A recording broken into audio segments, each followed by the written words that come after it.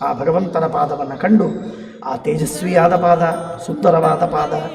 ಅನಂತ ಗುಣಪೂರ್ಣವಾದ ಪಾದ, ರಮಾದಿಗಳಿಂದ ಆರಾಧ್ಯವಾದ ಪಾದ, ವೇದಗಳಿಂದ ಪ್ರತಿಪಾದ್ಯವಾದ ಪಾದ, ಇಡೀ ಜಗತ್ತನ್ನು ವ್ಯಾಪಿಸಿದ ಪಾದ, ಅನಂತ ಜೀವರಿಗೆ ಮೋಕ್ಷವನ್ನು ಕೊಡುವ ಪಾದ, ಅನಂತ ಜೀವರಿಗೆ ಆಶ್ರಯವಾದ ಪಾದ, ಇಡೀ ಬ್ರಹ್ಮಾಂಡವನ್ನು ಹೊತ್ತ ಪಾದ, ಇಡೀ ಬ್ರಹ್ಮಾಂಡವನ್ನು ತುಂಬಿದ ಪಾದ, ಅನಾದ್ಯನಂತವಾದ ಪಾದ, ಸ್ವತಂತ್ರವಾದ ಪಾದ, ಸರ್ವೋತ್ತಮವಾದ ಪಾದ, ಸರ್ವೇಶ್ವರವಾದ ಪಾದ, ಅಂಥ ಸಕಲ ಯೋಗಿಗಳ ಹೃದಯದಲ್ಲಿ ವಿರಾಜಮಾನವಾದ ಪಾದ, ಆನಂದ ತೀರ್ಥರಿಂದ ಪರಿಪೂಜ್ಯವಾದಂತಹ ಪಾದ, ಬ್ರಹ್ಮಾದಿಗಳಿಂದ ವಂದ್ಯವಾದ ಪಾದ, ಸರ್ವರಿಗೆ ರಕ್ಷಣೆಯನ್ನು ಮಾಡುವ ಪಾದ, ಎಲ್ಲ ರೋಗಗಳನ್ನು ನಿವಾರಣೆ ಮಾಡುವ ಪಾದ, ಪಾಪಗಳನ್ನು ಪರಿಹಾರ ಮಾಡುವ ಪಾದ, ಕಷ್ಟಗಳನ್ನು ನಿವಾರಿಸುವ ಪಾದ, ಸಾಧನೆಗಳನ್ನು ಮಾಡುವ ಪಾದ, ಸಾಧನೆ ಮಾಡಿದವರಿಗೆ ಉದ್ಧಾರ ಮಾಡುವ ಪಾದ, ಜ್ಞಾನವನ್ನು ಕೊಡುವ ಪಾದ, ಅಜ್ಞಾನವನ್ನು ನಿವಾರಣೆ ಮಾಡುವ ಪಾದ, ಅನಂತ ಗುಣಪೂರ್ಣವಾದಂತಹ ಅತ್ಯಂತ ಕರುಣಾಪೂರ್ಣವಾದ ಆ ಪರಮಾತ್ಮನ ಪಾದವನ್ನು ಹೃದಯದಲ್ಲಿ ಮಾಡಿಕೊಂಡು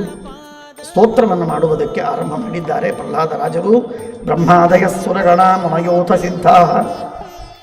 ಸತ್ವೈಕತಾನಮತಯೋ ವಚಸಂ ಪ್ರವಾಹೈ ನಾಂತಂ ಪರಸ್ಯ ಪರತೋಪ್ಯಧುನಾಪಿ ಯಂತಿ